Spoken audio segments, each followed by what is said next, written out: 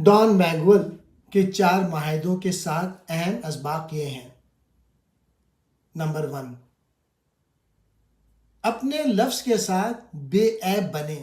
مصنف الفاظ کی طاقت پر زور دیتا ہے اور قارئین کو اپنے الفاظ کو دیانتداری اور مہربانی کے ساتھ استعمال کرنے کی ترغیب دیتا ہے۔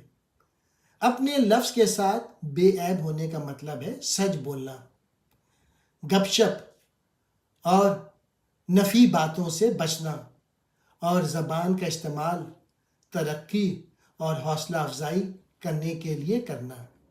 نمبر 2، کسی بھی چیز کو ذاتی طور پہ نہ لیں۔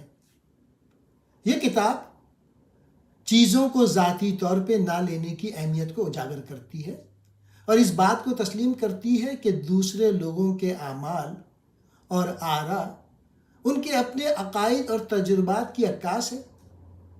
تنقید کو اندرونی شکل دینے یا دوسروں سے توثیق نہ کرنے سے افراد خود کو غیر ضروری تکلیف سے آزاد کر سکتا ہے۔ نمبر 3، مفروضے نہ بنائیں۔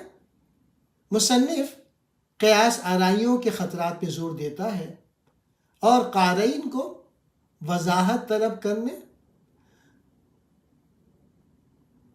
اور سوالات کرنے کی ترغیب دیتا ہے۔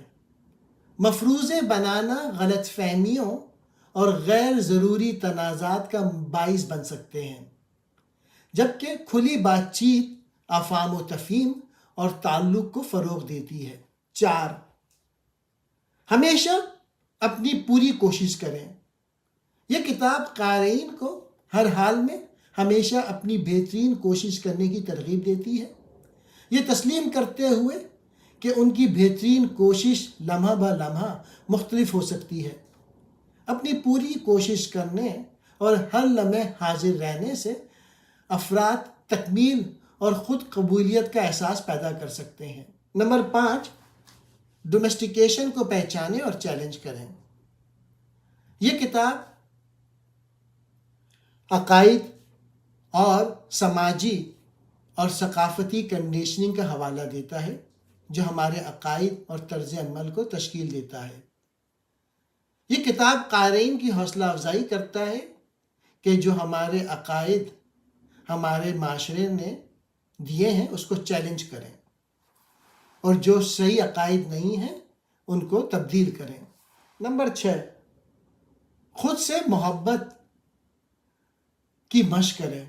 مصنف ذاتی ترقی اور خوشی کی بنیاد خود سے محبت اور خود کی قبولیت کی اہمیت پہ زور دیتا ہے۔ غیر مشروط طور پہ اپنے آپ کو پیار کریں، اپنے اندرونی سکون کا احساس پیدا کریں۔ نمبر 7، تبدیلی کی طاقت کو گلے لگائیں۔ یہ کتاب ذاتی تبدیلی کے امکانات کو اجاگر کرتا ہے اور قارئین کو خود کی دریافت اور ترقی کے سفر کو قبول کرنے کی دعوت دیتا ہے۔ یہ افراد کی حوصلہ افزائی کرتا ہے کہ وہ اپنے پرانے عقائد کو چھوڑ دیں جو ان کی خوشی میں رکاوٹ ہیں اور نئے امکانات کو اپنائیں۔